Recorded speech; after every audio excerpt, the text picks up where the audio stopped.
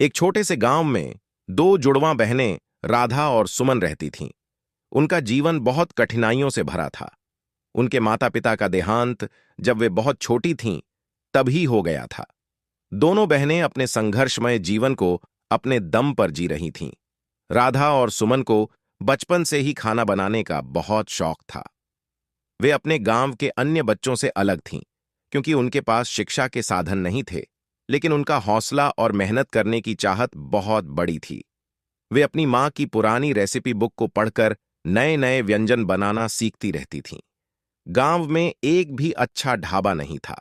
लोग हमेशा कहीं दूर जाकर खाना खाते थे। एक दिन राधा और सुमन ने फैसला किया कि वे अपना खुद का ढाबा खोलेंगी। उनके पास ज्यादा पैसे नहीं थे, लेकिन उनके पास एक पुरानी मिट्टी की झोपड़ी थी। उन्होंने उसी झोपड़ी को साफ सुथरा करके ढाबे का रूप दिया। पहले दिन जब उन्होंने ढाबा खोला तो उनके पास केवल कुछ ही ग्राहक आए, लेकिन जिन्होंने भी उनका खाना खाया वे उसकी तारीफ करते नहीं थकते। धीरे धीरे उनकी मेहनत रंग लाने लगी। गांव के लोग उनके ढाबे की तारीफ करने लगे और वहां आने लगे।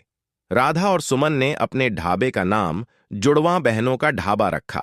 उनका ढाबा बहुत मशहूर हो गया। वे अपनी मां की रेसिपी के अनुसार स्वादिष्ट और स्वास्थ्यवर्धक खाना बनाती थीं। उनके ढाबे की खासियत थी कि वे हमेशा ताजे और शुद्ध मसालों का उपयोग करती थीं। एक दिन गांव में एक बड़ा आयोजन हुआ, जिसमें गांव के सभी लोग और कई अन्य गांवों के लोग भी आए। उस आयोजन में राधा और सुमन के ढाबे का खाना परोसा गया। उस दिन के बाद उनके ढाबे की ख्याति चारों ओर फैल गई। लोग दूर दूर से उनके ढाबे पर आने लगे। राधा और सुमन की मेहनत और लगन से उनका ढाबा बहुत सफल हो गया। वे अब एक आरामदायक जीवन जी रही थीं और गांव के अन्य गरीब बच्चों की मदद भी कर रही थीं।